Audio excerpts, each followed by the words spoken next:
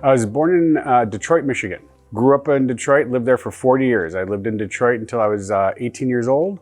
Went to school at the University of Michigan in Ann Arbor and never left until I came to Florida. And were you involved in athletics as a kid? Oh, I was born into an athletic family. I had no choice. I mean, both my parents played baseball and softball. My brothers all played sports. We all played sports growing up. My grandfather was in charge of the semi-pro baseball team that the family was a part of for many years. I knew how to keep score with numbers and backward Ks by the age of 4, with Grandma taking me to Tigers games. And at the time in high school, were you out or were you aware? No, I was not out in high school. I had a couple of crushes on maybe a couple of my classmates. Didn't really know what was going on. I was dating girls, although I could tell at that time that dating girls wasn't all that exciting. But I never acted on anything while I was in high school. It wasn't until my junior year of college. It never affected me as an athlete per se. Where it was affecting me is after I graduated with my degree and started working at the Ann Arbor News, covering high school sports. Then I was starting to get a little worried about what if a parent finds out that I'm gay and I'm talking to the 16-year-old son. So it was moments like that it started to creep up on me, like maybe this may not go as well at times as I hope it would. But to be honest, there was never an issue. Never had a problem with it. No problems ever came up. No one ever made me feel uncomfortable or berated me or anything. It was just like a normal sports writer per se, for a lack of a better way of putting it. Sure. You studied journalism in college? No, I studied communications. I was going to go to journalism grad school, but when I finished my bachelor's degree, I was like, I don't want to go to school anymore. This was enough. Biggest mistake I ever made. I should have gone and gotten my master's at that point, because I have lost a couple of job opportunities because I didn't have a master's, because that was a requirement. I moved to Florida 2 weeks before Hurricane Wilma hit. That was 2005 of October. I moved here because the newspaper that I was working at, the Ann Arbor News, closed. I had worked there for 17 years as a sports journalist. Got a job at the Miami Herald, where I met you a couple of times in the newsroom, and worked there for almost a year. And then I got a better opportunity at the Palm Beach Post, and that's where I spent my last 12 years of journalism. Up until the Palm Beach Post was pretty much whittled down to nothing. And I went in my last day. I was told that there were 2 part-time employees that were going to replace me that didn't need health care. And thank you for your service for 10 years, and here's the door.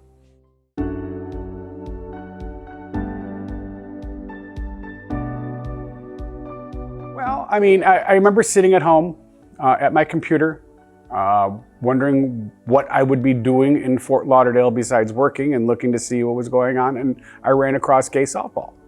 And I thought, well, this is interesting. I'm probably going to be very good at it, because I played baseball all my life. I expected to come down here and see people in skirts and throwing a ball like this, and I was just going to be a dominant player. And boy, were my eyes opened up immediately as to where I was, and it was middle of the road. I was very surprised. I went to the tryouts, and as I tend to do in softball, I ended up running the tryout period, because it wasn't as organized then as it was today. And I remember that one of the kids came on the field and he told me, he goes, you can just calm down now. You're going to be the top pick for the team. But as I was, pitching and running shortstop, sending players up to bat. And I remember when Ed Sawyer, also known as Wanda, approached me with his blue hat, bedazzled, asking me for my phone number. And I'm like, who are you? And why are you asking me for my phone number? And where's this going to go? But no, I gave my phone number. The Alibi Angels drafted me. From what I understand, I was the first player that the Alibi Angels ever drafted. And I ended up playing with them and coaching them for the next 15 years before I went on to my Legends/Masters team that I played on until I retired last year as a player.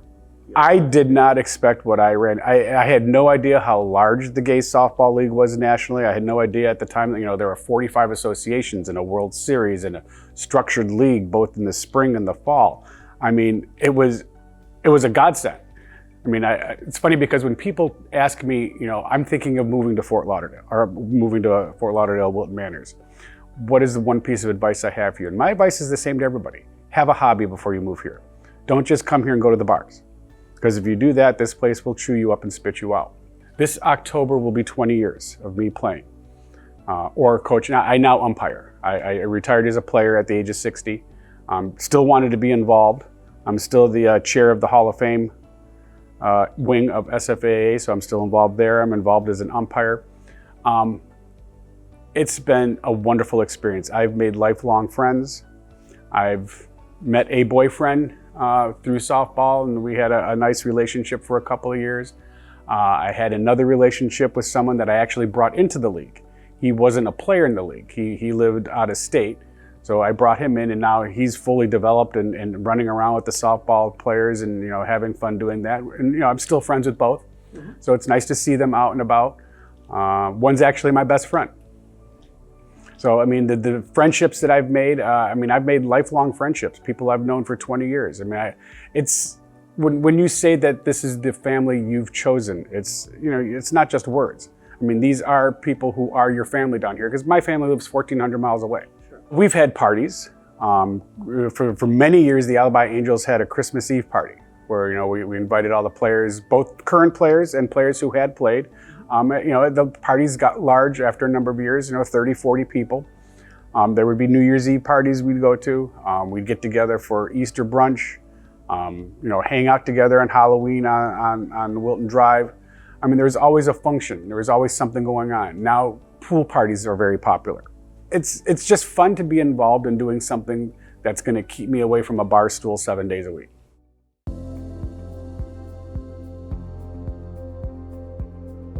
Well, I've always been a leader to a degree in sports. So I gravitated immediately toward coaching the Alibi Angels. And that led to other positions within the league. Ultimately, Paul Falcone used to be the chairperson of SFAAA. And I approached him one point asking him, your secretary really isn't doing a good job. I'm thinking of running for the position of secretary. What do you think? And Paul looked at me and he goes, Timmy, I need someone to replace me. And I want you to do it. And that's how I became chairman. I replaced Paul and ran the league for 4 years, and that was a daily chore. I've passed that on to dozens of people over the 20 years, and those people are now in positions of leadership around the league. So that's why it's nice for me to be able to sit back now and be asked my advice on things. Not necessarily run things. I don't want to do that. I'm not telling anybody what to do. But if there's a board member who comes up to me and asks, hey, how did you handle this? What do you think? How would you move forward with this? I'm happy to give my opinion on it, but it's up to them if they want to take my advice or not. Sometimes they do, sometimes they don't. This community matters. How tied is it to the team? Very tied. Most teams have sponsors. Rosie's, Gym Bar, Pub, Alibi, Hunters. Most of the establishments on the drive do sponsor a team. During a season, each bar has its own party for the entire league. It's called the after party, extra innings. Usually starts around 4. Food is served at 5:30 because we do ask the bars to provide food because we've been out playing all day, and a lot of people are hungry.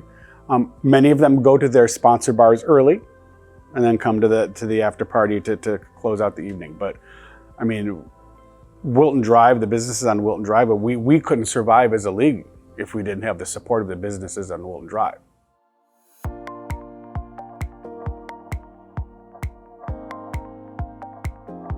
I still mentally think of myself as 45 and not 60.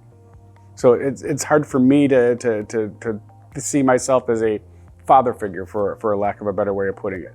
It's just dealing with people no matter what age they are. So younger people, generally, they're happy to play, but then they play, they'll join committees, the social committee. That's where a lot of the young people, they're the partiers, so they want to do the social committee. That's great. They'll join committees, the social committee. That's where a lot of the young people, they're the partiers, so they want to do the social committee. That's great. We have a bylaws committee. There's a finance committee. There's a ratings committee. That's the most popular one because that's the one that has the quote-unquote most power. My first 2 years, pretty much no one knew who I was because I played on a team that won 1 game a year. So, I went a couple of years before someone noticed, say, hey, that guy's pretty good. Maybe we should invite him to go to a World Series with us. He may be able to help us. And I did make, and we had one player who was very ill. He ended up dying about a year after I joined the Angels, and he made me promise him that I would never leave the Angels. Because he saw, whatever he saw in me, he says, you're going to run this team someday, and I don't want you to ever leave. And I kept that promise for 12 years, as long as I could. The local politics can be brutal. I mean, there's no other way of putting it. I mean, you do grow to not like people sometimes because of how they treat you. And it's hard not to hold that against them as you move forward. You try not to. In my position now as an umpire, I can't do that. I treat everybody fairly. Doesn't matter what our past has been, doesn't matter if you're a friend or foe. I mean, I've called friends out on the bases and gotten dirty looks from them. It's like, you missed that call. I go, no, I didn't. You switched your feet and I caught it, you're out. But you have to treat people the same. Politics of the times, how is that affecting what people interact? Well, we recently had a World Series in Texas that a particular association didn't want to attend because of Republican politics. The World Series this year is in Texas again in Houston. That same association is making noises. So I think it does affect some people and how they feel about where we go for our World Series. Luckily, we haven't had, we have our own tournament over Thanksgiving weekend called the Hurricane Showdown. And it seems to be getting more and more popular every year. Last year it took a step back with a few teams, but there's 20 more teams, if not more, involved with the Hurricane Showdown today than when I was chairman from 2015 to 2019. So that has grown even though Florida has gotten redder.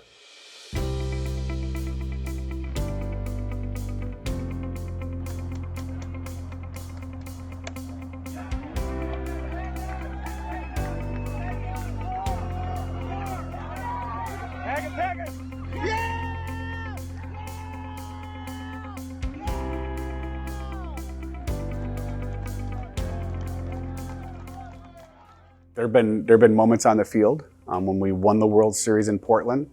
I mean, that was a huge moment. A 26-25 final that the final play was made out at the plate, which just doesn't happen in slow pitch softball. So that was probably my greatest moment as a player on the field. And it's also nice to be recognized being a member of the Hall of Fame. Being a the chairperson emeritus from the league. Again, as I had mentioned, I don't mind having questions asked of me and seek my advice. So it's all been rewarding and beneficial. I have friendships from all over the country. I mean, I know softball players in almost every city in the association just by over the sheer volume of going to tournaments and playing. And how many cities do you think you've been to? I mean, just off the top of my head to play softball, I'm guessing 20 cities. I mean, this has enriched your Oh, absolutely. I mean, I can't imagine what I would have done these last 20 years if it wasn't for softball. I mean, I do have my gay bowling association too. So, I mean, I have a couple of sports that ground me because, bowling lasts 34 weeks a year. Mm-hmm. So, that's every Tuesday or every Friday or every Sunday, whatever night I was bowling on it during that time. So I've had two things that have kept me grounded. Umpiring. This is my retirement job. And because it's funny, this is my first full year as an umpire. And all season long, players that come up to me go, so when are you coming back to play? Got an itch to come back and play? And I'm like, no. I mean, I've played baseball and softball 55 consecutive years of my life, from age 5 T-ball up until when I retired last year. T-ball, Little League, high school baseball, semi-pro baseball. Then that went into softball with the Ann Arbor News when I worked at Ann Arbor News with their men's team and their co-rec team. Moved down here, got into softball right away. I mean, I've never had a season off. So when people ask me, you have an itch to come back? I go, I've done it all on the softball field as far as a player and coach. The challenge now as an umpire is this is what's new. This is and I learned 2 new things yesterday umpiring. 2 rules, now it's the nuances. I mean, I know the general rules of the game, but there's the nuances that I need to learn to become a proficient umpire. And that's what I see myself doing, if not for the next 10 years, maybe 15 or 20, as long as I'm able to walk on a field. It's important that 50 years from now, people can look back who are now playing softball and look at and see who the pioneers were. That's why I'm so fascinated with people like Jim Stork and George Kessinger and my former teammate George Foley. I mean, these were people that were in on the ground floor, locally and also nationally. So it's important for if it's important for me to look back at what they did 20 years ago, it's going to be important for someone 20, 30, 40 years from now to look back to what we're doing now. And that's why documentation of this sort is very important.